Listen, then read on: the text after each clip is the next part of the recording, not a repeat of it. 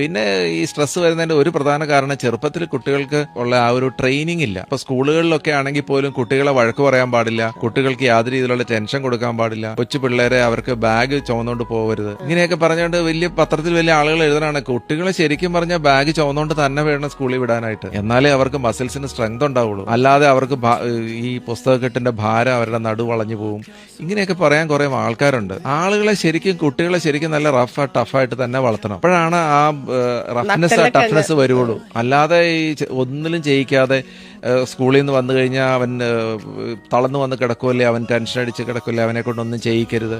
അപ്പോൾ വീട്ടിലെ ഒരു കാര്യത്തിനുള്ള ഉത്തരവാദിത്വം കൊടുക്കില്ല, വീട്ടിലെ ഒരു കാര്യം അവൻ അറിഞ്ഞുകൂടാ, അപ്പോൾ എല്ലാ കാര്യങ്ങളും ഒരു ഉത്തരവാദിത്വം ഏൽപ്പിക്കില്ല. അങ്ങനെ വരുമ്പോഴത്തേക്കും കുട്ടികൾക്ക് യാതൊരു രീതിയിലുള്ള സ്ട്രെസ് ട്രെയിനിങ് ഒന്നും ഉണ്ടാവില്ല, ഒരു രീതിയിലുള്ള കളിയാക്കലുകൾ ഒന്നും താങ്ങാൻ പറ്റൂല. അപ്പൊ ഇച്ചിരി പ്രായമായി കഴിയുമ്പോഴത്തേക്ക് ഇപ്പൊ 8ാം ക്ലാസ്സിൽ പഠിക്കുന്ന ഒരു കൊച്ച് പോലും സൂയിസൈഡ് ചെയ്യുന്ന പറഞ്ഞില്ലേ, ആ കുട്ടിക്ക് സ്കൂളിലുണ്ടായ ഒരു സ്ട്രെസ് ചിലപ്പോൾ ഷെയർ ചെയ്യാൻ പറ്റി കാണില്ല പലപ്പോഴും. അപ്പൊ അതിന് സമൂഹം തന്നെ മൊത്തം അതിന് ഉത്തരവാദിയാണെന്നേ ഞാൻ പറയുള്ളൂ.